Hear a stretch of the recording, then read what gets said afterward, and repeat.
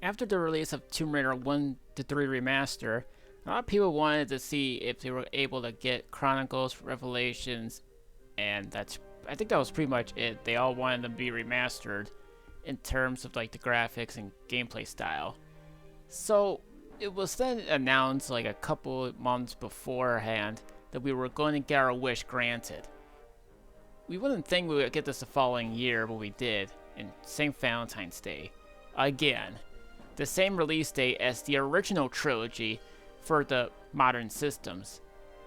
Now, for this remaster, it comes with Revelations, that being the 4th game, Chronicles, the 5th game, and Angel of Darkness. Yes, you heard me right. Angel of Darkness, the worst in the series, has also gotten a remastered treatment. But will that be a better version than the original counterparts? Well, first off, this remaster version of the 4, 5, and 6 has some additional stuff in there, like the same control scheme as you originally would play in terms of tank controls or the modern controls.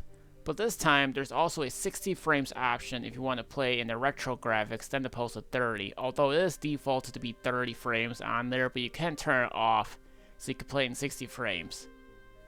But like I said, you can switch the graphics any time being, just like the original trilogy. If you guys want to check that out, I made a whole video about it. But this was the time where core design was just getting sick and tired of making Tomb Raiders at this point. So in the 4th game, they were trying to kill the character off. But Eidos wasn't having it, and Eidos wanted them to make more Tomb Raider games, so they ordered them to make some more. They ended up making Chronicles, that being a PS1, Dreamcast, and PC version. Fun fact, the PC version also came with a level editor for you guys to go on and to make.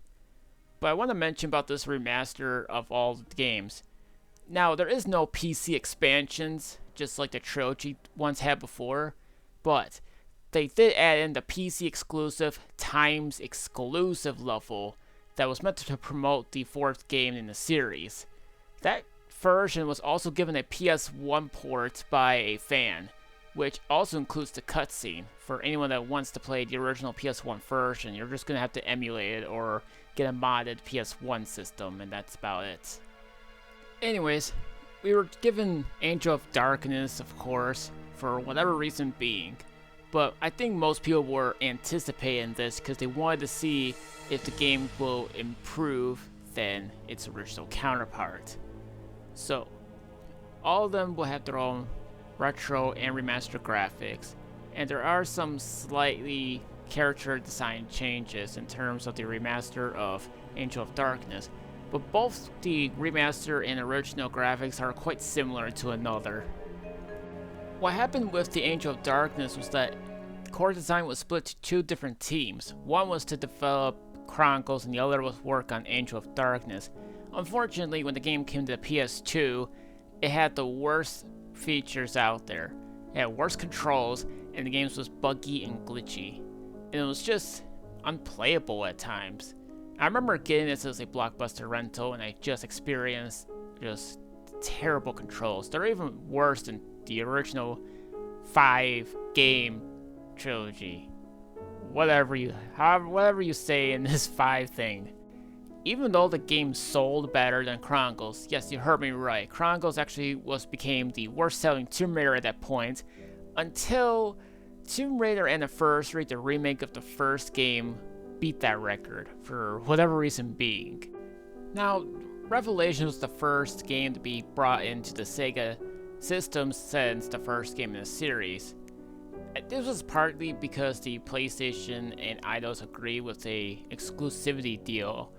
Well, it was also released on PC at the same time. It was only like a console thing in terms of the agreement. But once the agreement expired, they brought the game to the Dreamcast. But it was said to have technical problems, but from what I've played, I didn't even seem to experience that. We were also given Chronicles, also on PS1 and Dreamcast PC, and just like I mentioned, it does come with a level editor and the original physical thing or whatever, but getting on Steam, you're not going to get that, unfortunately. Angel of Darkness was also released on the PS2 and PC, but the PS2 version was considerably the worst because of the bugs and glitches I mentioned. So I know I said in this 4, 5, and 6 remaster included some new stuff, but what about Angel of Darkness? Well, it was reported that they would add in cut content added into the game, which would make it sound like it's the best version to play. But is it perfect, and is this the best way to play the game if you're going to be playing it anyhow?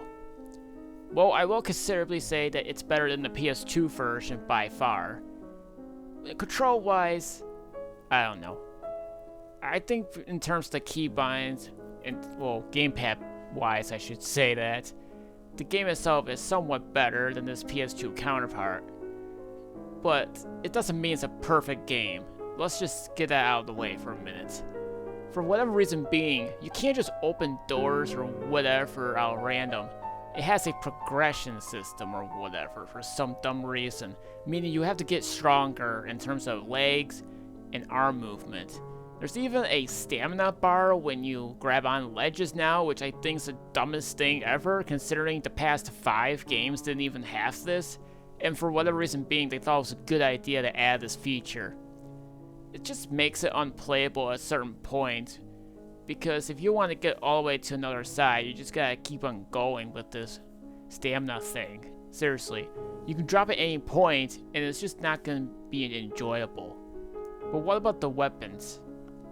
Well, they require ammo. For whatever reason being, I know some special weapons have ammo requirements, but the pistols is just a different story of all things. But despite all of this, I haven't ran into any bugs and glitches in the game, which is a pretty good sign that they've taken care of the bugs that were presented on the PS2 version. But this was the game that killed off core design of all things. Yes, you heard me right. Core design actually went on to make Revelations Chronicles and, of course, Angel of Darkness, which, again, became the worst in the series, and you wonder why I didn't make a video about this. I would have done it sooner, but I would have probably went more on the punishment side of things because of how much I hated the game. I gave it another chance via emulation, and I still had the same core problems when I was playing it, and I just could not bear playing the game at this point. But I decided to go with the remaster just to see how it would do. It's somewhat better than its original version, but it's still not perfect, like I said. It's just weird, because there's some part of the games you need to incorporate by using stealth. Look, I know Chronicles use stealth as well, but I prefer that one than how this one was. I don't know, it's just not perfect. I don't know why they chose to bring in stealth mechanics to Tomb Raider. It just doesn't feel fitting for the series. If you guys had grown up playing the Tomb Raiders 1 through 5 and you mastered your skills, don't tell me otherwise for this game because it doesn't feel like the same. Seriously, I'm not kidding when I say this. It doesn't play anything like those ones. I think they tried to make it better, but it ended up just being worse. It just not only killed off the team behind the game, but it almost killed the entirety of the series. Hey, did I mention this remaster you can choose any costume that you want to wear? Yeah, you can actually do that now. You just gotta go to the in-game settings to do that. Now look, if you guys can't get the hang of Angel of Darkness, I can't blame you. I would just go right on ahead and say, just go play Revelations and Chronicles, just call it a day if you can't get the hang of it.